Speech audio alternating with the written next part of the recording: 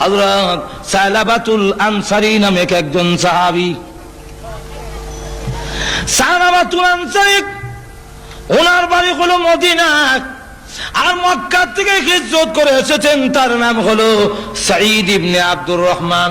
এই দুইজনকে রাসূল ভ্রাতৃত্ব করে দিয়েছেন, তোমাদেরকে ভাই ভাই বানায়া দিলাম, এক ফ্যামিলিতে চলাফেরা করবে। তবুকের যুদ্ধের সময় আল্লাহর হাবিব রাহমাতুল আলামিন যুদ্ধের মধ্যে চলে গেলেন, আর সাঈদ ইবনে আব্দুর রহমানকে সাথে নিয়ে গেলেন। সালাবাতুল আনসারী রাদিয়াল্লাহু আনহু ওনার ফ্যামিলির দায়িত্ব গ্রহণ করে নিল, কিন্তু যুদ্ধে যাওয়ার পরে শয়তান প্ররোচনা দিয়ে সালাবাতুল আনসারীর সামনে তুলে ধরা হলো, সালাবা, সাঈদ ইবনে আব্দুর রহমানের স্ত্রী বড় সুন্দরী, স্বামী বাড়িতে নাই, বিরাট বড় সুবর্ণ সুযোগ। এই প্রলোভন দিয়ে পর্দার ভিতরে নিয়ে গেল।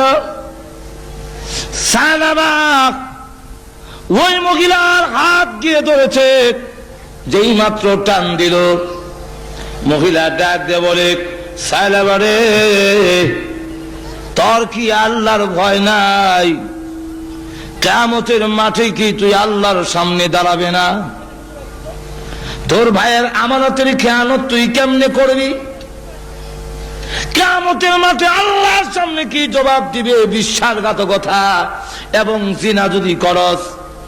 এতটুকু বলার পরে সালাবাতুল আনসারীর অন্তরে জাহান্নামের আগুনের ভয় এসে গেল। হাত ছেড়ে দিয়ে দৌড়ে পাহাড়ের কাছে গিয়ে বৃক্ষের নিচে সিজদা দিয়ে কাঁদলেন, প্রভু অন্যায় করেছি, অপরাধ করেছি, মেহেরবানি করে তুমি মাফ করে দাও। এদিকে সাঈদ ইবনে আব্দুর রহমান যুদ্ধের ময়দান থেকে ফিরে আসলেন বাড়িতে, এসে দেখে সালাবাতুল আনসারী বাড়িতে নাই। তখন তিনি গেলেন, জিজ্ঞাসা করলেন, আমার ভাই সালাবা কোথায়? ওনার স্ত্রী বলেন, পূর্ব দিকে চলে গেছে। সালাবাতুল আনসারীর অনুসন্ধানে বের হয়ে গেল, গিয়ে দেখে পাহাড়ের ভিতরে গাছের নিচে সিজদা দিয়ে কান্দে, প্রভু গো, আমি গুনাহগার, তুমি গফফার, আল্লাহ তুমি যদি মাফ না করো, আল্লাহ আমি জাহান্নামের আগুন সহ্য করতে পারবো না।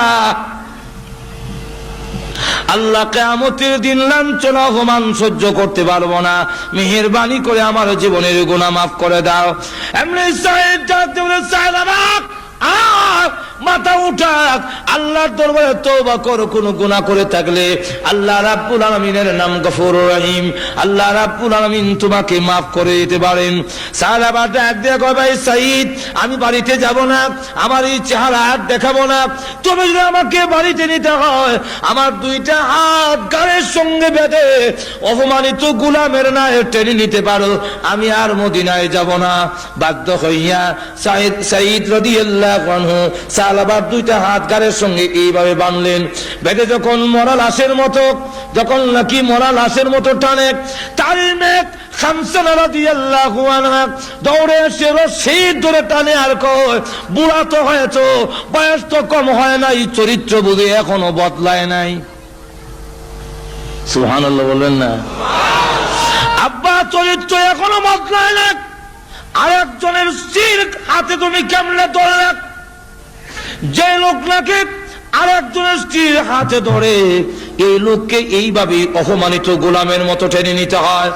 বাড়ির কাছে যাওয়ার পরে ডাক দিল, সাঈদ আমাকে বাড়িতে নেওয়ার আগে চলো, আবু বকর সিদ্দিকের দরবারে যাব, আবু বকরকে জিজ্ঞাসা করব, আমার মতো গুনাহগার যদি তওবা করে আল্লাহ রাব্বুল আলামিন মাফ দিবনি,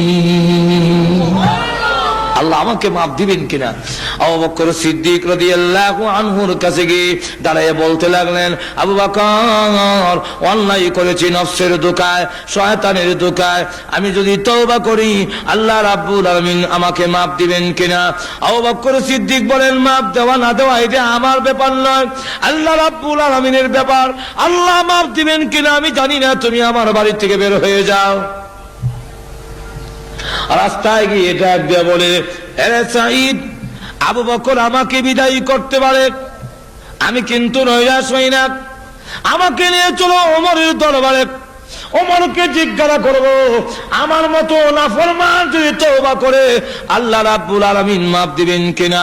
হযরত ওমর রাদিয়াল্লাহু আনহু আরো গরম, ওনার কাছে গিয়ে যখন বললেন, আবু বকর সিদ্দিক ওমর রাদিয়াল্লাহু আনহু বলেন, মাফ দিবেন কি দিবেন না আমি জানি না, তুমি আমার দরবার থেকে বের হয়ে যাও।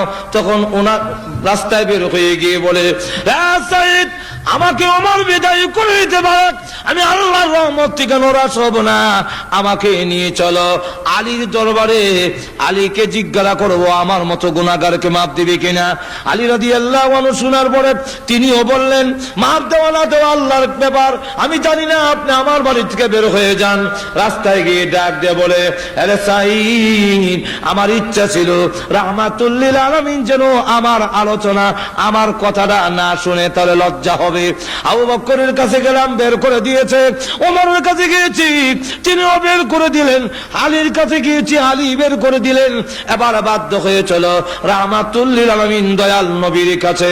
আমার মনে হয় রাহমাতুল লিল আলামিন তার গুনাহগার উম্মতকে বিদায় করবে না। চলো রসুলের দরবারে যাই। রসুলের সামনে দাঁড়ায় বলেন, ইয়া রাসূলুল্লাহ, ইয়া হাবিবাল্লাহ, ওগো আল্লাহর হাবিব, আমার মতো গুনাহগার আল্লাহ রাব্বুল আলামিন মাফ দিবেন কিনা, মাফের কোনো ব্যবস্থা আছে কিনা? রাসূলুল্লাহ বলেন, মাফ দেওয়া না দেওয়া আল্লাহর কাজ, আমি জানি না তোকে মাফ দিবেন কিনা, কিন্তু আমার রাগ হলো বিশ্বাসঘাতকতা কেন করলে, আমি সাহাবীর স্ত্রীর সঙ্গে বিশ্বাসঘাতকতা কেন করেছো? তোমার মতো সাহাবী আমার বাড়ি থেকে বের হয়ে যাও। রাস্তায় গিয়ে ডাক দিয়ে বলে, হে সাঈদ, আমি এতক্ষণ পর্যন্ত ভাবছিলাম আমার মনে হয় মাফের ব্যবস্থা হবে, আল্লাহর রাসূল যখন আমাকে বের করে দিলেন, তাহলে মনে হয় আকাশের নিচে জমিনের উপরে আমার চাইতে বড় নাফরমান আর কেউ নাই। আমাকে বের করে দিয়েছেন রাহমাতুল লিল আলামিন, তাই রশিটা ছেড়ে দে, আমি আর মদিনার লোককে আমার চেহারা দেখাবো না। সাঈদ তখন রশি ছেড়ে দিল, তার মেয়ে রশি ছেড়ে দিয়া ডাক দিয়া বলে, হে আব্বা, ঘুরে ঘুরে দেখেছে আবু বকর তোমার প্রতি নারাজ, ওমর তোমার প্রতি নারাজ, আলী তোমার প্রতি নারাজ, এমনকি রাহমাতুল লিল আলামিন পর্যন্ত তোমার প্রতি নারাজ। আমি আল্লাহর কসম খেলে বলি, যতক্ষণ পর্যন্ত আল্লাহর নবী এবং সাহাবায়ে কেরাম খুশি না হবে, আর জীবনে কোনোদিন তোমাকে আব্বা বলে স্বীকার করব না। তখন সাহাবা আকাশের দিকে চোখ উঠায় গেল, প্রভু, দুনিয়াতে গেছি, কোনদিন দুষ্টামি করলে বিচার যায় আব্বার কাছে, ভাইরা বাড়িতে ঢুকতে দেয় না, আব্বাও বাড়িতে ঢুকতে দেয় না, সকলের কাছে ব্যর্থ হয়ে গেলে মা তার সন্তানকে বিদায় করে পারে না।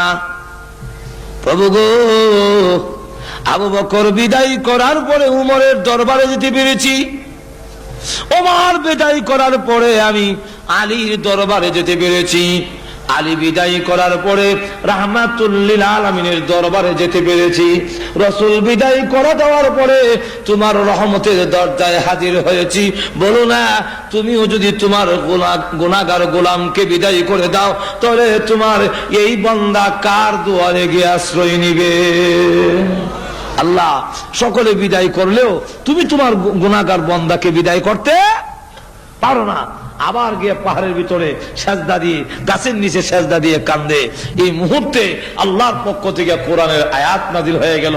জিবরাইল হাজির হয়ে গেছেন, হাজির হয়ে বলেন, ওগো আল্লাহর নবী, এই মাখলুকগুলোর মালিক কি আপনি না আল্লাহ? রাসূল বলেন, মাখলুকের মালিক তো আল্লাহ। তো আল্লাহ যদি মাখলুকের মালিক হয়ে থাকে, তাহলে সাহাবাকে আপনি কেন বিদায় করলেন? তার তামাম জীবনের গুনাহ এই মুহূর্তে আল্লাহ মাফ করে দিয়েছেন। যেই মাত্র এই কথা বলেছে, এমনি রাসূল বলেন, আবু বকর, একটু কুছ করে দেখো না আমার সাহাবা কোথায় আছে। হযরত উমর দাঁড়ায় বলেন, হুজুর, আমাকে অনুমতি দেন, আমিও যাব,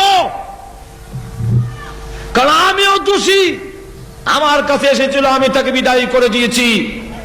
হযরত আলী দাঁড়ায় বলেন, ইয়া রাসূলুল্লাহ, ইয়া হাবিবাল্লাহ, আমাকে অনুমতি দেন, আমিও যাব, কারণ আমিও দোষী। হযরত সালমান ফারসি রাদিয়াল্লাহু আনহু দাঁড়ায় বলেন, ওগো আল্লাহর হাবিব, আপনি আমাকে অনুমতি দেন, আমি মুরব্বী সাহাবী, আমার বয়স বেশি। আল্লাহর নবী উনি ইসলাম ধর্ম গ্রহণ করে সময় এত লম্বা হায়াত আর কোন উম্মতে সাহাবীদের মধ্যে, উম্মতে মুহাম্মদের মধ্যে কিয়ামতের আগ পর্যন্ত কেউ এত লম্বা হায়াত পাবে না। সালমান ফারসি ইসলাম ধর্ম গ্রহণ করে সময় ওনার বয়স হলো 120, ইন্তেকালের সময় ওনার বয়স হলো 350। আটু ধরে কন্যা সুবহানাল্লাহ। 350 ওনার বয়স। এই 350 বছর বয়সে আল্লাহু আকবার, হযরত সালমান ফারসি রাদিয়াল্লাহু আনহু বলতেছেন যে আমাকে অনুমতি দেন, আমিও যাব। এই 4 জন সাহাবী যখন নাকি হাজির হয়ে গেলেন, খুঁজতে খুঁজতে যখন ওই পাহাড়ের কাছে গেলেন, গিয়ে দেখে লোকেরা খেত কামারে কাজ করে। জিজ্ঞাসা করে, ভাইরা আমার, সালাবা নামে কোন লোক কি তোমাদের এই এলাকায় কোনোদিন দেখেছো? তখন লোকেরা বলে, সালাবাতুল আনসারী নামে কোন লোক চিনি না, তবে তোমাদের লোকটার পরিচয় বলো। লোক ওনারা বললেন, জাহান্নামের আগুনের ভয়ে কান্দে, কিয়ামতের মাঠের ভয়ে কান্দে, এমন কোন লোকের কোন সন্ধান কি তোমাদের নজরে পড়েছে? তখন তারা বলল, লোকটা দেখি নাই, কিন্তু আমরা ঘুমায় গেল ওই পাহাড়ের ভিতরে গুনগুন সুরে একটা লোক কাঁদতে থাকে, তার কান্নার আওয়াজে আমাদের ঘুম ভেঙে যায়, আমরা ঘুমাতে পারি না। আমাদের মনে হয় তোমাদের লোকটা সেই লোকটাই হবে। আবু বকর সিদ্দিক রাদিয়াল্লাহু আনহু বলেন, ওমর চল যাই, গিয়ে দেখি। তখন গভীর রাত্রে গিয়ে দেখে সাজদা দিয়া কান্দে, প্রভু গুনাহ করেছি, অন্যায় করেছি আল্লাহ, তবুও তো তুমি আমাকে সৃষ্টি করেছ, তোমার রহমতের দরজা থেকে যদি তাড়ায়া দাও, বলো না তোমার এই গুনাহগার বান্দা কার কাছে যাবে, কোথায় যাবে? এই অবস্থায় কাঁদতেছেন। আবু বকর সিদ্দিক রাদিয়াল্লাহু আনহু ডাক দিয়ে বলেন, ওরে সালাবা, মাথা উঠা। তখন তিনি ডাক দিয়ে বলেন, অন্ধকারে লোক চেনা যায় না, কিন্তু আওয়াজে বুঝতে পেরেছি তুমি আবু বকর। আমি আপনার কথায় আমি যাব না, আপনি না আমাকে বিদায়ী করে দিয়েছেন, যতদিন আল্লাহ আমাকে মাফ না দিবে আমি আর যাব না, মদিনায় লোকদেরকে চেহারা দেখাবো না। এমনি হযরত উমর ওই গর্তের পরে দাঁড়ায় বলেন, মাথা উঠা, আর কাউকে হবে না, আল্লাহ রাব্বুল আলামিন তোর জীবনের গুনাহ মাফ করেছে বলে এই মুহূর্তে কোরআনের আয়াত নাজিল হয়েছে। এমনি সালাবাতুল আনসারী মাথা উঠায় আর বলে, আল্লাহ সত্যি তোমার নাম রহমান রহিম, সকলে বিদায় করলেও তুমি তোমার গুনাহগার বান্দাকে বিদায় করে দিতে পারো না। সালাবাতুল আনসারী সহ 5 জন সাহাবী মদিনার দিকে রওনা দিলেন। মদিনার ভিতরে যখন ঢুকছে তখন হযরত বিলাল ফজরের আযান দেয়। মসজিদের ভিতরে ঢুকলেন, নামাজ আরম্ভ হয়ে গেছে। রাসূল নামাজের মধ্যে আরম্ভ করলেন, আলহাকুমুত তাকাসুর। যেই মাত্র আলহাকুমুত তাকাসুর বললেন, এমনি শোনা যায় বিকট চিৎকারের আওয়াজ। নামাজের মধ্যে সাহাবীরা কেঁপে উঠেছেন, এত বিশ্রী আওয়াজ কার? আবার রাসূল বললেন, হাত্তা যুরতুমুল মাকাবির।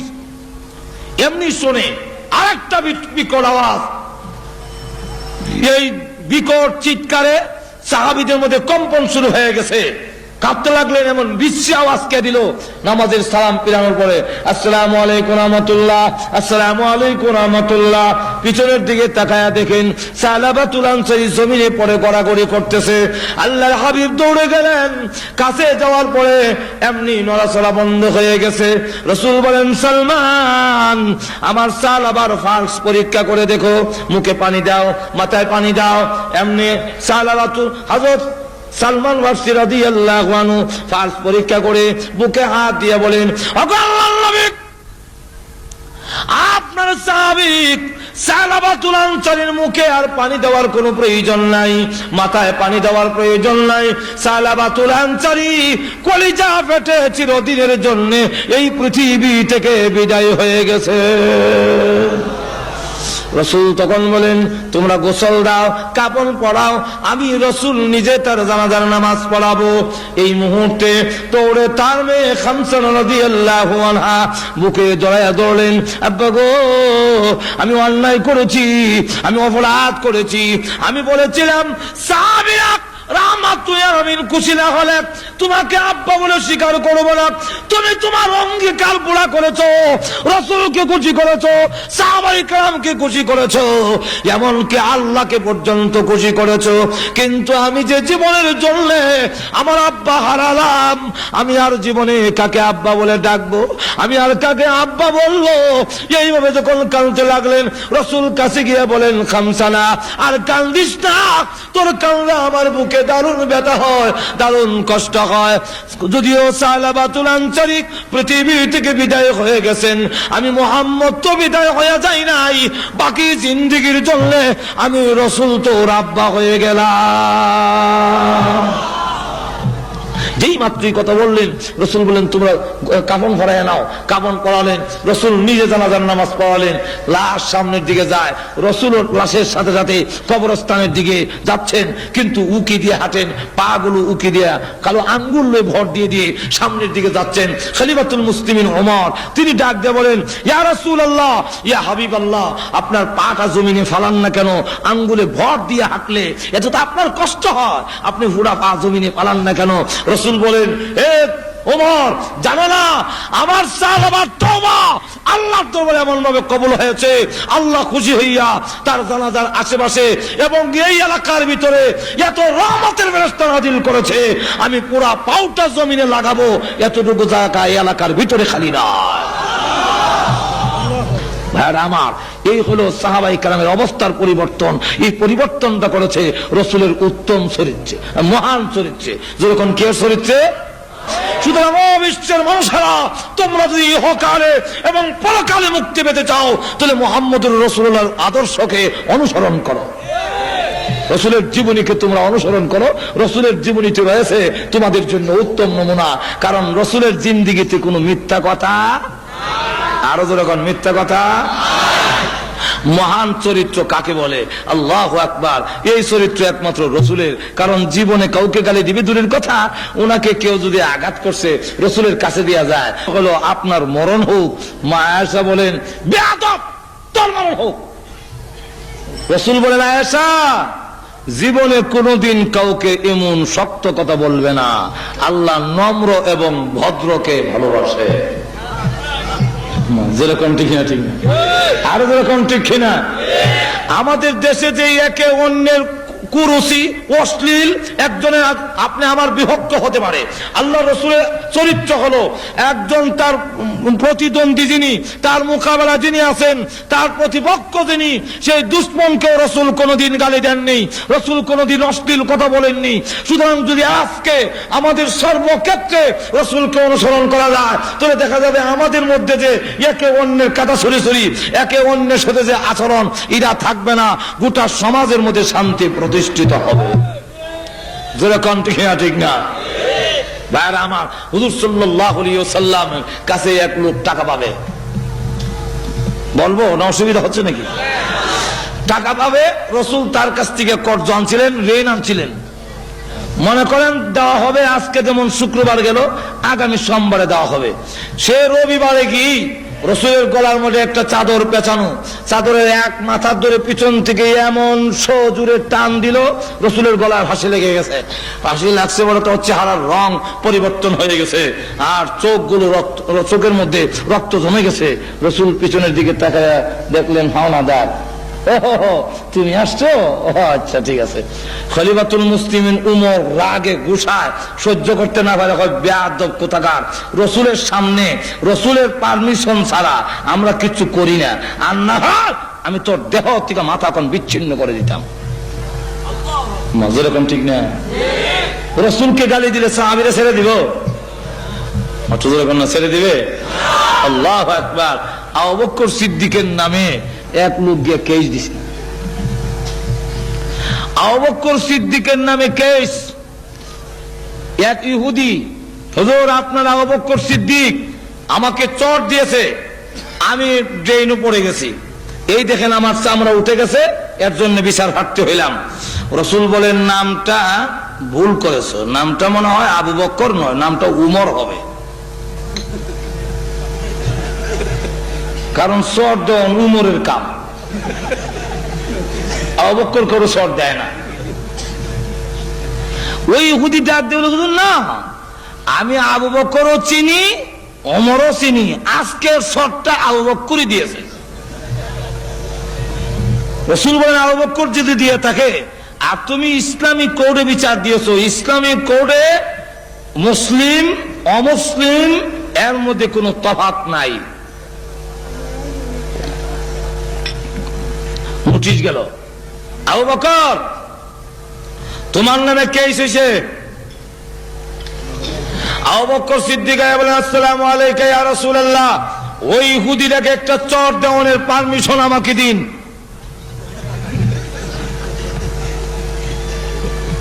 রাসূল বলেন আমি তো আগের চরটা বিশ্বাস করি নাই, কিন্তু এখনের কথায় বোঝা যায় আগের চরটা তুমি যে দিছো এতে কোনো সন্দেহ নাই।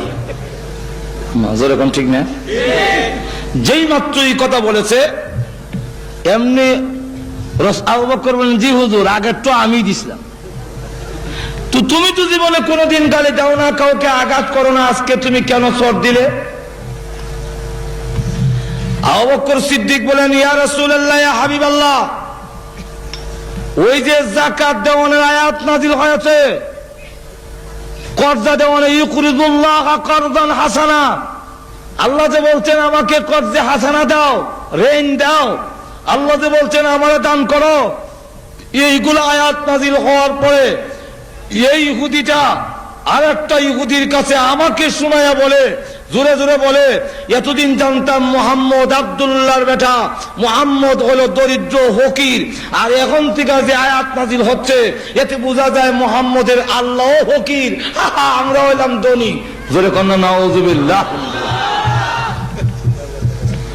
আবু বকর সিদ্দিক বলেন ইয়া রাসূলুল্লাহ ইয়া হাবিবাল্লাহ, আমার সামনে আমার আল্লাহকে ফকির বলে গালি দিবে, আমার সামনে আমার নবীজিকে ফকির বলে গালি দিবে, আর আমি সহ্য করবো? তা ইমানের লক্ষণ হতে পারে না। সত্যিকারের উম্মত যদি হয়ে থাকে, রাসূলের বিরুদ্ধে কোনো কথা যদি হয়, ইসলামের বিরুদ্ধে যদি কোনো কথা হয়, আর রক্ত দেওয়ার জন্য রাজপথে যদি দাপায়া পড়ে, সে সত্যিকারের আশিকে রাসূল।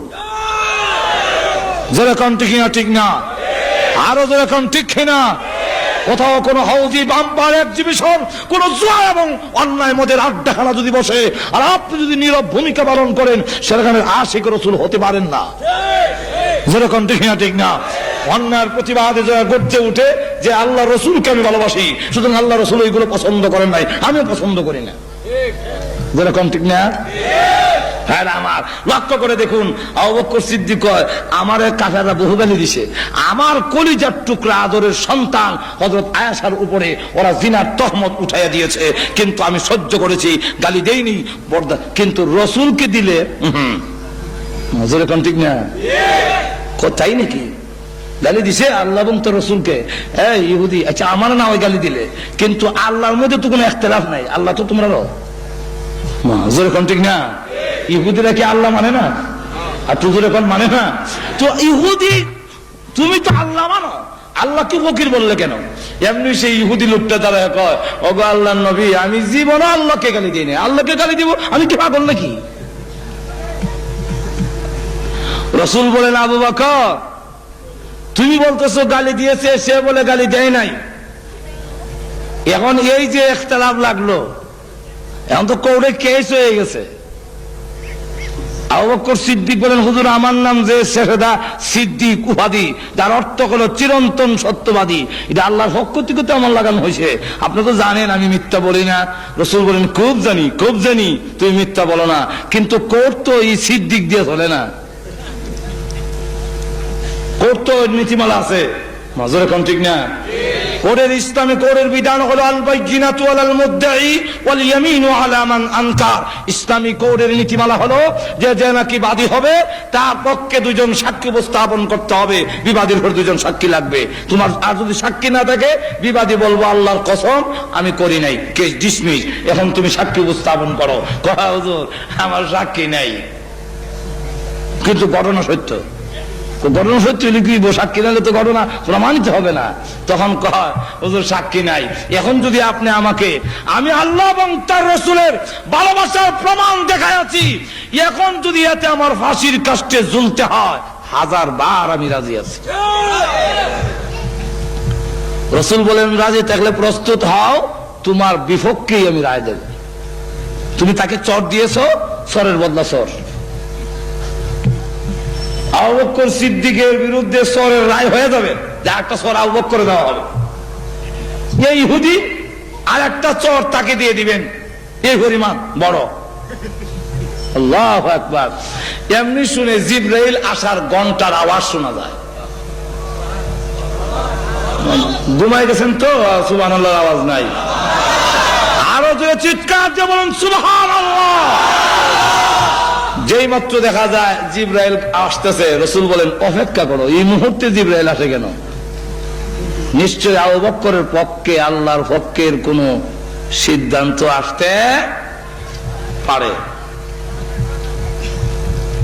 হুজুর আপনার কানে কানে বলে আবু বকর সিদ্দিকের বিরুদ্ধে রায় দেওয়ার আগে আল্লাহ রাব্বুল আলামিনের কোরআনের আয়াতটা আগে শুনুন, তারপরে রায় দিবেন। সুবহানাল্লাহ বলবেন না? আবু বকর সিদ্দিকের পক্ষে আল্লাহ কোরআনের আয়াত নাযিল করেছেন, লাকাদ সামিআল্লাহু قَوْلَ قَالُوا إِنَّ اللَّهَ فَقِيرٌ وَنَحْنُ أَغْنِيَاءُ। হ্যাঁ নবী, আবু বকর সিদ্দিকের দুনিয়ার কোন সাক্ষী না থাকলেও আমি স্বয়ং আল্লাহ আবু বকরের পক্ষে সাক্ষী হয়ে গেলাম। এই ইহুদি যে আল্লাহকে ফকির বলে গালি দিয়েছেন, আল্লাহ বলেন লাকাদ, লাম তাকিদ, এটা আরবিতে আবার গ্রামার আছে। লাম তাকিদ অর্থাৎ নিশ্চয়তাবোধক শব্দ আল্লাহ ব্যবহার করেন একবার, এরপরে আবার বলেন কাদ তাকিদ, এরপরে লাকাদ সামি আল্লাহ, দুইবার আল্লাহ নিশ্চয়, নিশ্চয় আল্লাহ শ্রবণ করেছেন তাদের কথা। কাদের কথা? যারা বলছেন আল্লাযীনা ক্বালু ইন্নাল্লাহা ফাকিরুন, নিশ্চয়ই আল্লাহ ফকির, ও নাহনু আগনিয়া, আমরা হইলাম ধনী। এই কথা যে বলছেন আল্লাহ কুদ্দুতি কান দিয়া শুনছেন। এখন আপনি কেমনে রায় দিবেন, এটা আপনার ব্যাপার। রাসূল বলেন কিরে ইহুদি, আগে দিন না করছিলে, আমাদের আল্লাহ গালি দিছ। আমি কি আর জানি আমার নামে যেমন আয়াত নাযিল হইব? চিন্তা করেন কি পরিমাণ বাটপার। এখন চিন্তা ব্যাপারটা হলো সাহাবায়ে কেরাম, তাদের ভালোবাসা আর মহব্বত এমন যে নিজের প্রাণ দিতে পারে রাসূলের ইজ্জত নষ্ট হতে দিতে, আরো যখন দিতে, সব কিছু দিতে পারি, কিন্তু রাসূলকে ছাড়তে পারি না। আল্লাহু আকবার। সাহাবায়ে কেরাম মা ছাড়তে রাজি, বাবা ছাড়তে রাজি, আত্মীয় স্বজন ছাড়তে রাজি, কিন্তু নবীজি ছাড়তে রাজি না। যুদ্ধের হিজরতের সময় মক্কা থেকে মদিনায় যায় এক সাহাবী, ওনার নাম আবু সালমা।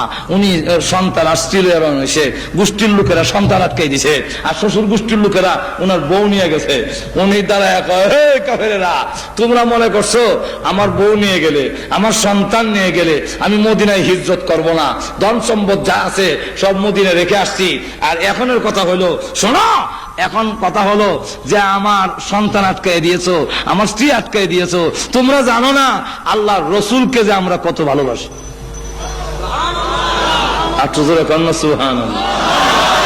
আল্লাহু আকবার, আল্লাহু আকবার। আল্লাহর রাসূলকে যে কত ভালোবাসি এটা তোমরা তো জানো না। আমার নিজের প্রাণের চাইতেও আল্লাহর রাসূলকে আরো কোটি গুণ, আরো যখন কোটি গুণ। আমি রাসূলকে আগে অনুসরণ করব কেন? রাসূলের জীবন আদর্শ আমার অনুসরণ করুন, এবং এটা করলে আমি কেন করব, কেন করতাম, এটার বিস্তারিত আলোচনা আগে বলছি, সময় নাই। এক নম্বরটা হলো রাসূলের চরিত্রটা হলো মহান চরিত্র, যার চরিত্রের মধ্যে কোনো কলঙ্কের দাগ নাই, মিথ্যা নাই, ধোঁকা নাই, বাটপারি নাই, এবং যার কাছে আসলে একটা লোক এমন হয় যে জীবনের জন্য ভালো হয়ে যায়, তাম পৃথিবীর মধ্যে সবচাইতে শ্রেষ্ঠ মানুষ হিসাবে ঘোষণা হয়ে যায়। যেরকম ঠিক না? তাহলে এক নম্বর, আর বিস্তারিত বলতে গেলে তো অনেক লম্বা সময় লাগবে। এক নম্বর হলো ওয়া ইন্নাকা লাআলা খুলুকিন আযীম। আল্লাহ রাব্বুল আলামিন হলেন আমার রাসূলের সার্টিফিকেট আমি দিলাম। পৃথিবীর কোন নেতা, কোন মহান ব্যক্তিত্বে যারা বড় বড় লোক আছে, এরা কারো আল্লাহর পক্ষের সার্টিফিকেট নাই, কিন্তু রাসূলের পক্ষে আল্লাহ রাব্বুল আলামিন সার্টিফিকেট দেন। আমার রাসূল হলো মহান চরিত্রের অধিকারী। যেই ঘটনাটা বলতেছে যে আমি দেখো এলাই, মনে আছে তো আপনাদের? সেটা বলি। ওই যে উমর বলল যে রসুল যদি না থাকতো সব দাঁত ফেলা দিলাম হলে, যেরকম ঠিক না? তো রসুল বলেন না ওমর, তার দেওয়ার তারিখ হলো সোমবার, একদিন আগে এসে এলে অসুবিধা কি? তুমি তাকে যে দমক দিছো, এই জন্য তুমি তাকে টাকাটা তো দিবাই, বাইতুল মালে আমার ইয়েতে কুষাগারে যদি মাল থাকে, ফান্ডের টাকা তাকে দিয়ে দাও। আর তুমি যে পাওনাদারকে ধমক দিলা, এই জন্য আরো 200 দিরহাম জরিমানা দিও। লোকটা সাথে করে নিয়ে গেল, বলতেছে যে এই নাও তোমার পাওনা টাকা, আর এই নাও রসুল যে বলছেন আরো 200 টাকা আমি জরিমানা দিলাম, পাওনাদাররা কেন ধমক দিলাম? লোকটা টাকা নেওয়ার জন্য আসি নাই, আমার দেওয়ানের তারিখ হয় নাই, আমি তো আসলে টাকা নেওয়ার জন্য আইছি না। কেন আসছো? তাওরাত কিতাবের মধ্যে বিশ্বনবী রাহমাতুল লিল আলামিনের যত গুণগান উল্লেখ করা হয়েছে, এক একটা করে পরীক্ষা করে দেখেছি। শেষটা ছিল বিশ্বনবী যিনি হবে 300, বিশ্বনবী যিনি হবে 300 খারাপ আচরণ কেউ করলে উনি পাল্টা তার সাথে ভালো আচরণ করবেন। আর এই বালা আচরণ করবে কখন? এমনি সব বালা মানুষ শৈল গুতা দিয়া রাগ চুলায় সারলে যদি ঠিক থাকতে পারে তাহলে ভালো মানুষ, যেরকম ঠিক না? আর নাহলে তো এইখানে যারা আছেন সব ভালো মানুষ, সব ভালো মানুষ, সবতে হাসি, হ্যাঁ, কিন্তু আমি খারাপ আচরণ করে দেখি, তখন দেখা যাইব যেরকম ঠিক কিনা। একজন জিজ্ঞাসা করে, ভাই বাবা তোমার বাড়ি কোথায়? আমার বাড়ি তো অমুক গ্রাম। যে গ্রামের নাম কইছে এই গ্রামের লোক অধিকাংশ হলো উগ্র মেজাজি, খারাপ, লাইটল বেশি, আর কি জঙ্গলি কিসিমের মানুষ। তার আচরণে, এই ছেলের আচরণে সে একটু লেখাপড়া শিক্ষা বা একটু শহর বন্দরে থেকে ভালো চল থেকে একটু ভালোই সে আর কি, কথা বুঝছেন না? তো কয় বলে আমার বাড়ি চৌমুক গ্রামে।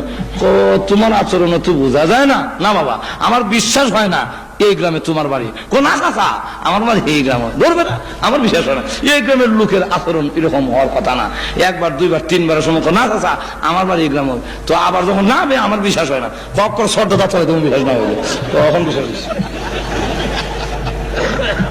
কখন বিশ্বাস দিচ্ছি, যেরকম ঠিক না? এখন বোঝা গেল তো রাগ না চুলালে তো বোঝা যায় না। আল্লাহ রসুল সাল্লাল্লাহু আলাইহি ওয়াসাল্লাম তখন বলতেছেন, ওই ইহুদি বলতেছে রসুলের রাগ না চুলালে তো বুঝবো না, আমার খারাপ আচরণ না করলে তো ভালো হবো কেমনে? এই জন্য আমি পিছনের চাদর ধইরা এমনি জোরে টান দিলাম, দিয়া বললাম টাকা আনবার সমানো দিবার সময় বুঝি মনে থাকে না। এই কথা বলার পরে আমার পাওনা হইলো 2টা চোর, যেরকম ঠিক না ঠিক না?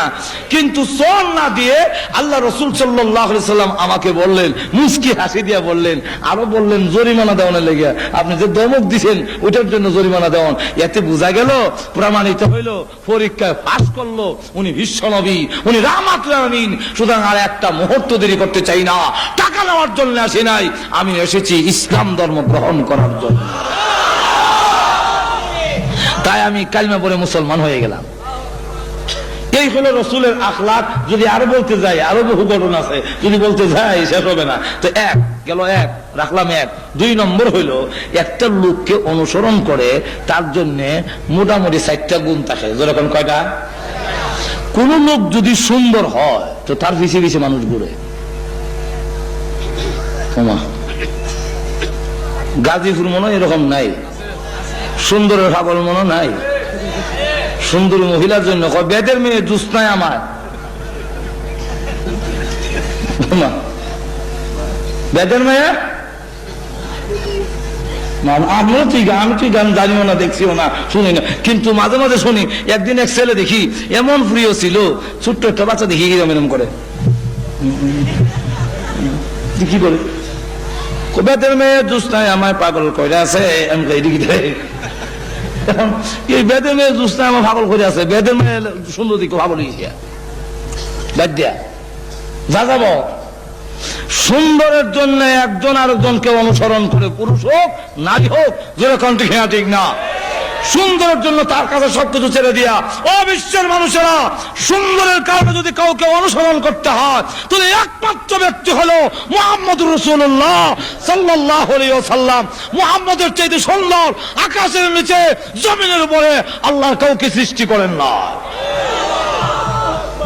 সুতরাং রসুলের সুন্দর। হাসান হুসাইন বলে না এই করতে ওই করে যাবো, একটু লাইট দেন না, অন্ধকার। রসুল বলেন লাইট দেবো করতে গিয়া, চুলা তুই আগুন নাই, তোমরা আবার লাইট দেবো, তবে আমি যাওয়ার ব্যবস্থা করে দিই, যাও তো। কেমনি করবেন? রসুল এমনি মুস্কি হাসি দিলেন।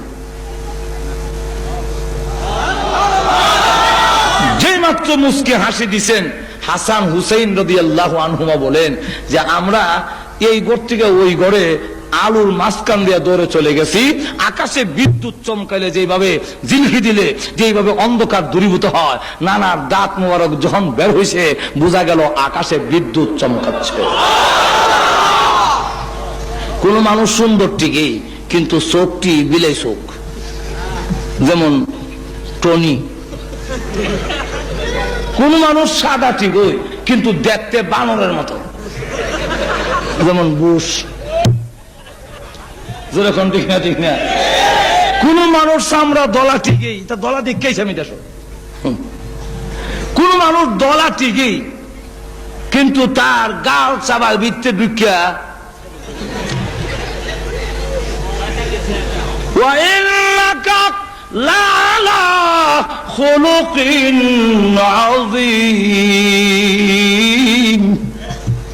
আল্লাহ রাব্বুল আমিন বলেন, রসুলের যে মহান চরিত্র, তাফসীর ইবনে কাসির মধ্যে উল্লেখ করেছে, চরিত্র সুন্দর বলতে শুধু চরিত্র না, রসুল মাথা থেকে পা পর্যন্ত এমন কোন জিনিস ছিল না যে আল্লাহর নবীর দোষ ধরার মতো আছে। এজন্য সামাইলে তিরমিজির মধ্যে উল্লেখ করেছে, আল্লাহর রসুল লাম্বাও ছিলেন না, বাটিও ছিলেন না, কারণ লাম্বা হইলেও দোষ, বাট্টা হইলেও দোষ। কিন্তু খলিফাতুল মুসলিমিন উমর ছিলেন সাহাবীদের মধ্যে সবচেয়ে লম্বা। রসুল যখন উমরের সাথে থাকতেন, উমর যখন রসুলের পাশে গিয়ে দাঁড়াতেন, তখন লোকেরা তাকায়া দেখে উমরের মাথার উপরে রাহমাতুল লিল আলামিনের মাথা দেখা যায়। কারণ হলো, আবার যদি কেউ দুজন আডে আর একজন যদি বাড়িও, কোন মন্ত্রী যদি এমনি আডে, আমরা দেশে কত কই, আমরা দেশের যে প্রতিমন্ত্রী, ভূমি প্রতিমন্ত্রী, উনি যদি আনে বেটা ছুটু না, যেরকম ঠিক না, একটা যেরকম ঠিক না। এখন রসুল যদি আবার উমরের মাথা নিচে থাকে, রসুলের মাথা, তো লোকেরা কইবো ওই দেখো মোহাম্মদের মাথা দিয়ে উমরের দিকে নিচে। এই জন্য এটা ছিল মুজিজা, যত লম্বাই আসুক রসুলের সামনে রসুল বড় হয়ে যেত। আবার মাপলে দেখা যায় লম্বা তো করে না, বাচ্চা তো করে না। আল্লাহু আকবার। এখন যদি এগুলো বলতে যায় অনেক লম্বা সময় দরকার, তো এক নম্বর হলো সুন্দরের কারণে যদি অনুসরণ করো। আল্লাহু আকবার। দুইটা সুন্দরের ওয়াজ করলো তুই যথেষ্ট। দাঁত মুবারকের কথা বললাম, আর চেহারা মুবারকের কথা। কোন স্ত্রী যদি স্বামীকে সুন্দর বলে, আসল সুন্দর যেরকম ঠিক না। জামাই যদি ফির হয়, তো জামাইরে বড় ফির করতে রাজি না। এক লোক ফির, তার স্ত্রী বলতেছে যে আমরা তো ফির ঠিক হই, কিন্তু ওই বাড়ির যে ফির উনি বড় ফির। লোক কেমনি বুঝছো? দেখছি উপর দিয়ে যায় সময়, উড়াল দিয়া যায়, এক দেশ থেকে আরেক দেশে উড়াল দিয়ে চলে যায়। তো স্বামী বলতেছে না, এই ফির তো আমি ছিলাম। তুমি আসলা বিলে, এর লেগে দেখছি কমরটা একটু বাঁকা। সে কেন তো স্বামীকে খুব তাড়াতাড়ি একটা মানে না, কিন্তু মা আয়েশা রাদিয়াল্লাহু আনহা বলেন আমার স্বামী রাহমাতুল আমিন এত সুন্দর, ইরশাদুল কারি ইলা সহিহুল বুখারী, ওই বুখারীর ব্যাখ্যা গ্রন্থের মধ্যে লিখেছে মা আয়েশা বলেন অন্ধকার রজনীতে আমার ঘরে এশার নামাজের পরে আল্লাহর নবী যখন প্রবেশ করতেন তখন রাসূলের চেহারার সামনে একটা সুইচের ছিদ্র দিয়া আমি সুতা ঢুকাইতে পারতাম। আল্লাহু আকবার। ওই দিকে আমি শেষ রাখলাম সুন্দর। 2 নম্বর হইল কারো যদি বুজুর্গ বেশি থাকে, বুজুর্গ হয়, বুজুর্গ বুঝেননি, আল্লাহর সাথে যার সম্পর্ক বেশি কামালতি, এই লোকের পিছনে কিছু লোক আসেনি, নজর ওখানে আসেনি। এই লোকটা যদি আল্লাহর ওলি হয়ে যায়, শাহজালাল, মঈনুদ্দিন চিশতি এই জাতীয় লোক যদি হয় তখন নজর ওখানে ঠিক না, ঠিক না, তার জন্য পাগল দেওয়ানা লক্ষ লক্ষ লোক পাগল হয়ে যায়। ও দুনিয়ার মানুষ, এমন যদি হয়, এর কারণে যদি হয় তো রসুলকে অনুসরণ করতে হবে, কারণ রসুল হাত উঠাইতে দেরি, আল্লাহর দরবারে তা কবুল হইতে একটা সেকেন্ড দেরি হয় না। আল্লাহু আকবার। ওই দিকেও যদি যাই লম্বা হয়ে যাবে। আবু হুরায়রা রাসূলের দরবারে বসে কান্দেন, তো রাসূল জিজ্ঞাসা করেন কান্দুস কেন? কান্দি, প্রত্যেক দিন আমি বাড়িতে গেলে মা আমাকে মারে আর বলে বাড়ি ছেড়ে দিতে হবে। আমি আর বুখারী শরীফের ঘটনা, আমার মা আমাকে বলছেন যে আমি মুহাম্মদের দরবার ছেড়ে দেওয়ার জন্য। আমি আমার মাকে বলছি মা শুধু আপনার বাড়ি কেন, আল্লাহর কসম করে বলে তাম পৃথিবী ছেড়ে দিতে পারি, কিন্তু একটি মুহূর্তের জন্য রাহমাতুল লিল আলামিনের দরবার ছাড়তে পারবো না। বুঝি মুহাম্মদকে অনেক গালিগালাজ করলো, হুজুর এতদিন কান্দি নাই, আজকে কাঁদছি, আমাকে মারো, আমাকে গালি দাও, সহ্য করি। মা ছেলেকে গালি দেয়, সহ্য করা যায়, কিন্তু আমার রসুলকে যে গালি দিল, এখন কি করি? রসুল বলেন তোমার মা গালি দিলে কি করবো, সহ্য করো। কোন সহ্য করা যায় না, আপনি হুজুর মেহরবানি করে একটু দোয়া করেন আমার মা যেন মুসলমান হয়ে যায়। রসুল দোয়া করেন, বুখারী শরীফের হাদিস, আল্লাহুম্মা হদি উম্মা আবি হুরায়রা, আল্লাহুম্মা হদি উম্মা আবি হুরায়রা। হে আল্লাহ, আবু হুরায়রার মাকে হেদায়েত করো। আবু হুরায়রা তো দৌড় মারছে, আর সাহাবী এই কই যাস, দাঁড়া,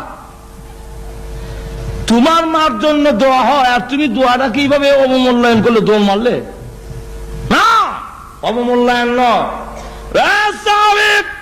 ছেড়ে দেখ, আমি দৌড়ে তাড়াতাড়ি গিয়ে দেখতে চাই। আমি আগে বাড়িতে গেলাম না, রাহমাতুল লিল আলামিনের দোয়া আমার আগে বাড়িতে পৌঁছে গেছে। কোনটা আগে গেল একটু দেখতে চাই। আবু হুরায়রা বলেন দৌড়ে গেলাম বাড়িতে, গিয়া দরজা নক করলাম, যখন নাকি করাই এলাম না, এমনি বলেন আবু হুরায়রার মা লক্ষ্মীমণি, জাদুমণি, কলিজার টুকরা, আদরের সন্তান আবু হুরায়রা এইসব, একটু দাঁড়া। সুবহানাল্লাহ বলবেন না? আবু হুরায়রা বলেন প্রতিদিন গেটের সামনে আসলে বলে আগে ক মুহাম্মদের দরবার ছাড়বে কিনা, না ওই গেট খুলবো না। আর আজকে কয় লক্ষ্মীমণি, জাদুমণি, কলিজার টুকরা, আদরের সন্তান, একটু দাঁড়াও, তোমার জন্য দরজা খুলে দিচ্ছি। আবার শোনা যায় ভিতরে গোসল করছেন, পানির শব্দ শোনা যায়, আবার যখন গোসল করতেছে, ব্যাপারটা কি? তাহলে মানে হ্যাঁ, আমি আমার মার গেটে পৌঁছার আগে আগে রাহমাতুল আমিনের দোয়া আমার মার জন্য কবুল হয়ে গেছে। ঠিকই দেখে দরজা খুলে দেওয়ার পরে পাকনা চুলগুলো ভেবে পানির পোড়াগুলো ঝরতেছে আর বলতেছে আজকে কই গেছলে? যাওয়ার পর থেকে আমার কলিজার এমন একটা জ্বালা যন্ত্রণা শুরু হইলো, এমন জ্বালা যন্ত্রণা, গোসল করলাম, পানি দিলাম তো জ্বালা যন্ত্রণা শেষ হয় না। আচ্ছা কলিজা জ্বললে পানি দিলে কামাবো? এখন পানি দিলাম, সবকিছু করলাম, কিন্তু আমার কোনো উপকার হলো না। এখন আমার মন খালি বলতেছে তুই যে নবীর কাছে মুহাম্মদের কাছে গিয়ে এত ভালো হইলি, এত গালি দিলাম, এত গালি দেই, কোনোদিন তো পাল্টা গালি দিস না, কোনো ধমকও দিস না, চোখ রাঙ্গাস না। তাহলে আমার মন চায় ওই নবীকে যদি একটা নজর দেখতাম। আবু হুরায়রা মুস্কি হাসে আর মনে মনে কয় এমনে না দোয়া কবুল হইছে। বুঝছেন তো কত তাড়াতাড়ি কবুল হয়। আবু হুরায়রার মা রাহমাতুল লিল আলামিনের সামনে গিয়ে চোখের পানি ছেড়ে দিয়ে তরতর করে কাঁপতেছে, আর ডেকে বলে আল্লাহর কসম করে বলি, এত সুন্দর চেহারা জীবনে কোনোদিন দেখি নাই, এমন চেহারার লোক কোনোদিন মানুষের ক্ষতি করতে পারে না। আমি মানুষের কাছ থেকে শুনি না, শুধু গালি দিছি, আপনারা দেখছি না কোনোদিন। আজকে প্রমাণিত হয় আপনি আল্লাহর পয়গাম্বর। আর দেরি করতে চাই না, আমাকে কালিমা পড়ায় দেন, আমি এক্ষুনি মুসলমান হয়ে যাব। তাহলে যার এত সম্পর্ক আল্লাহর সাথে, এত বুজুর্গি, উনাকে অনুসরণ করো। 3 নম্বরটা হইল আপনার মাল। আমার যদি খুব টাকা থাকে, কোটি কোটি টাকা, তো আমার পিছিয়ে দেখবেন 8-10 জন সবসময় থাকে। এখন ঠিক না? বড় লোকের পিছনে সবসময় লোক আছে, অভাব নাই। আমি আমার যদি দাওয়াত দেন একজন লোক রে, তো আমার সাথে আয় না, আসে না। আর যার লোকের টাকা কোটি কোটি কোটি হতি, তেমনি ওটা করবি, ওটা করবি, হ্যান করবি, যে চাচা কথা মানে। তাই যদি হয়, রসুলের চাইতে বড় ধনী আল্লাহর জমিনে আর কেউ। রসুল গরিবিটা গ্রহণ করে নিছেন, রাখতেন না তো, কিন্তু রসুলের মতো ধনীদের বাস্তব প্রমাণ হইল আজ পর্যন্ত কত মন্ত্রী মিনিস্টার, আমাদের দেশের প্রাইম মিনিস্টার, প্রেসিডেন্ট, বিশ্বের বড় বড় প্রেসিডেন্টরা হজ করতে যায়, 100 উট কুরবানি দিচ্ছেন বলে আমি কারো ইতিহাস জানি না। আপনাদের জানা আছে? তদানীন্তন সময়ে রসুল জীবনে একবারই হজ করেছেন। এই হজের নাম প্রথম হজ, এই হজের নামই বিদায় হজ। কথা বুঝছেন? বিদায় হজের নামে সকলে চিনে বেশি, কিন্তু আসলে এই যে জীবনের রসুলের প্রথম হজ, আর জিন্দিগিতে হজ করেননি। রসুল যেদিন হজ করেছেন, ওই সময় আল্লাহর রাস্তায় তিনি 100 উট কুরবানি করেছেন। এবং যিনি মাটিতে হাত দিলে স্বর্ণ হয়ে যায়। তুমি আবার গরিব কেমনে? গরিব তো না।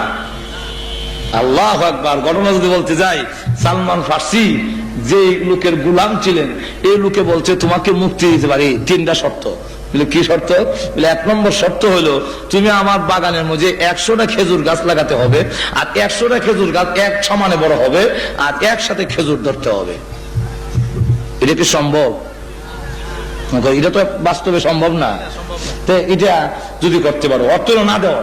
2 নম্বর হলো কয়েক কেজি, মনে করেন অন্তত 3.5 কেজি ওজনের একটা স্বর্ণের চাকা যদি দিতে পারো, তোমাকে মুক্তি দেওয়া হবে। এটা কি দেওয়া সম্ভব গোলামের? একজন সাধারণ রুজি রোজগার যে করে আপনার বাড়ি চাকর, সে কি 3.5 কেজি ওজনের স্বর্ণ দেওয়া সম্ভব?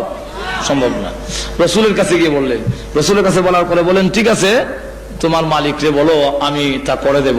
রসুল নিজ হাতে ওই সালমান ফার্সি রাদিয়াল্লাহু আনহুর মালিকের বাগানে 100টা খেজুর গাছ লাগালেন, আর এই খেজুর গাছ একসাথে বড় হতে লাগলো, একসাথে ফল ধরলো, একসাথে খেজুর ধরছে, একসাথে পাকছে। এই খেজুরের বাগানে এখনো খেজুর আছে। কথা বুঝছেন? এখনো এটার খেজুরের দাম হলো সৌদি আরবে এই খেজুর কিনতে গেলে বাংলাদেশের 1500 টাকা কেজি পড়ে। আমি আনছিলাম কিছু খেজুর।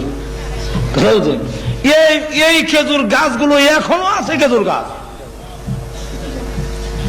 এখন দেখা যাক যে অবস্থাটা হলো, এরপরে এক রসুলের দরবারে একটা ডিম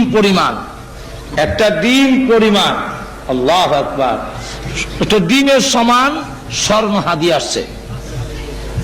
রসুল বলেন সালমান নাও, এই ডিম নিয়ে যাও, তোমার মালিককে গিয়ে বলো স্বর্ণ দিলাম। হুজুর উনি চাইছেন 3.5 কেজি, আর আমি যে একটা ডিম, এটা তো মনে হয় না 1 ফুয়া হইল, মানবে না। নাও না, আল্লাহ বরকত দিতে পারে, ওজন দিয়ে দেখো না, যদি না হয় তো দেওয়া হবে।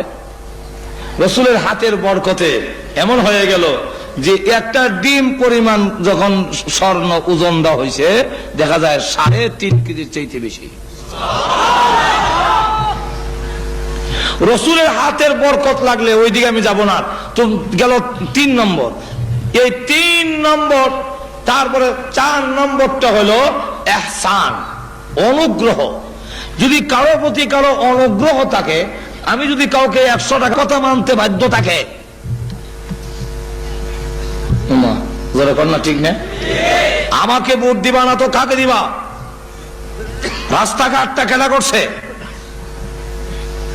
গাজীপুর থেকে কি ঢাকার দিকে রাস্তাটা তোমরা ভালো করে বাস ধরে যেতে পারতা? এই রাস্তা আমি করছি, সুতরাং আমাকে ভোট দিতে হবে। কারো বুঝেন না, এমন কিছু দেখায়। এহসান, অনুগ্রহ যদি কারো প্রতি কারো থাকে, তখন সে তার কথা মানতে মানুষের বাধ্য হয়। আল্লাহর রসুলের অনুগ্রহ আমাদের প্রতি আসেনি না নাই? আরো জোর বলুন, আসেনি না নাই? সুতরাং তাকে তার জীবন আদর্শ অনুসরণ করতে হবে। এখন আসুন, আরো বলতে গেলে আরো অনেক কারণ। মোটামুটি কথা হলো, শেষ কথাটা আমি বলে ফেলি। বহু উলামায়ে কেরাম এখানে উপস্থিত আছেন। আমি লম্বা সময় ওয়াজ করা, এটা আমার অভ্যাস নেই এইভাবে। আর আরেকজনকে বসে রেখে ওয়াজ করা নেই, দাওয়াতি মেহমান। এবার আমি মাইক লইলে আমার সারলাম না, কারণ এই ওয়াজ করতে করতে ডেলি 2টা 3টা পর্যন্ত করণ লাগে। ওয়াজের তো শখও নাই যে ওয়াজ করতে হবে। আর এই উলামায়ে কেরাম অন্য দাওয়াতি মেহমান বসায় রেখে লম্বা ওয়াজ করা, ওনারা আরাম করতো, তাও একটা কথা ছিল। আর ওনাদেরকে বসায় রেখে ওয়াজ করে, এটা একটা বেয়াদবি বলে বোঝা যায়। এই জন্যে আমি আল্লাহ মানা করে শেষ কথাটা বলতে চাই। আমরা পৃথিবীতে যত নেতা, যাদেরকে অনুসরণ করা যায়, এমন লোককে যদি অনুসরণ করেন, কিয়ামতের মাঠে পাওয়া যাইব তো? বুশকে অনুসরণ করলে, টনিকে, আচ্ছা আমরা দেশই করে বলি, রাগ হইয়েন না, বঙ্গবন্ধু শেখ মুজিবুর রহমান, তারপরে জিয়াউর রহমান, তারপরে আমরা এরশাদও যদি মারা যায়, কথাও জানি, এই যা আছে যতগুলো আছে, আমরাও মনে করেন আছি, আমরা তো কিয়ামতের মাঠে একজনেরও হাতটা হওয়া যাবে না। জোরে কোন ঠিক না? ঠিক না? আরো জোরে কোন ঠিক খেলা? কিন্তু কিয়ামতের কঠিন ময়দানে সমস্ত নবীরা জান্নাতের দিকে চলে গেছেন। আল্লাহর ওয়াদা, আপনার মাসুম, হিসাব কিতাব নাই, আপনার কোনো হিসাব নাই, জান আপনার গুনাহ নাই, আপনার ব্যস্ত যান, সব ব্যস্ত গেছে। গিয়া দেখে জান্নাতের গেট লাগানো। হ্যাঁ, জান্নাতের প্রহরীরা দরজা খুলে দাও, জান্নাতের ভিতরে প্রবেশ করব। কে আপনি পরিচয় দিন, আমি হইলাম আদম নবী, দাঁড়ান, সময় হয় নাই। আবার ডাক দিয়েছে, কে আপনি পরিচয় দিন, আমি হইলাম নূহ নবী, দাঁড়ান, সময় হয় নাই। আপনি কে? আমি হইলাম হযরত ইব্রাহিম নবী, দাঁড়ান, সময় হয় নাই। আপনি কে? আমি হইলাম হযরত মূসা নবী, দাঁড়ান, সময় হয় নাই। আবার ডাক দিয়েছে, কে আপনি পরিচয় দেন, আমি হইলাম ঈসা নবী, দাঁড়ান, সময় হয় নাই। কি ব্যাপার? আদম আলাইহিস সালাম থেকে ঈসা পর্যন্ত বললাম, সকলে খালি বলে সময় হইছে না, সময় কোন দিন হবে? এমনি জান্নাতের প্রক্রিয়া ডাক দেয়া বলে, যত নাম শুনি, আদম শুনি, নূহ শুনি, ইব্রাহিম, মূসা, ঈসা নবী শুনি, মুহাম্মদ নাম শুনি না কেন? এই নবী কি আপনাদের এখানে হাজির হয় নাই? না, উনি তো এখনো আসে নাই। উনি এখন কোথায়? উনি এখনো কিয়ামতের কঠিন ময়দানে উম্মতের চূড়ান্ত ফয়সালা না শোনা পর্যন্ত একটা কদমও জান্নাতের দিকে বাড়াবে না।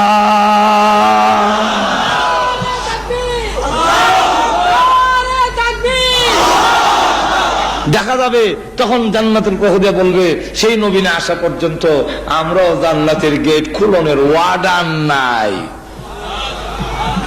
কিয়ামতের মাঠে আমাদের নবী উম্মতকে রেখে জান্নাতে যাবে না। সুতরাং এমন নবীকে অনুসরণ করার, তার জীবন আদর্শকে ফলো করার দরকার আছে না নাই? আরো জোরে বলুন। যাকে দুনিয়াতেও অনুসরণ করলে লাভ, পরকালেও। আরো জোরে বলেন। রাসূলের কথা মানলে দুনিয়াতেও লাভ।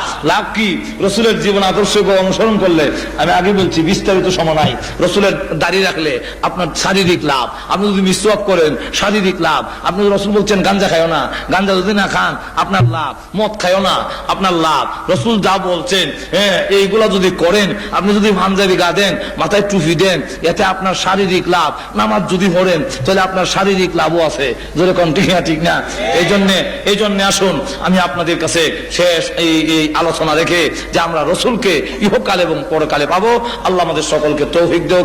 এবং আজকে এই যে আমার জাতি ভাই, কথা বুঝছেন না, এটা আবার একটা মিতালি আছে, প্রত্যেক জিনিস একটা মিতালি আছে। কবুতরে একটা দুস্তি আছে, যেরকম আছে না নাই? কাউয়া মিল্লা এক দুস্তি আছে, যেরকম আছে না? তো হাফেজে মিল্লা এক দুস্তি আছে নি? ঠিক না?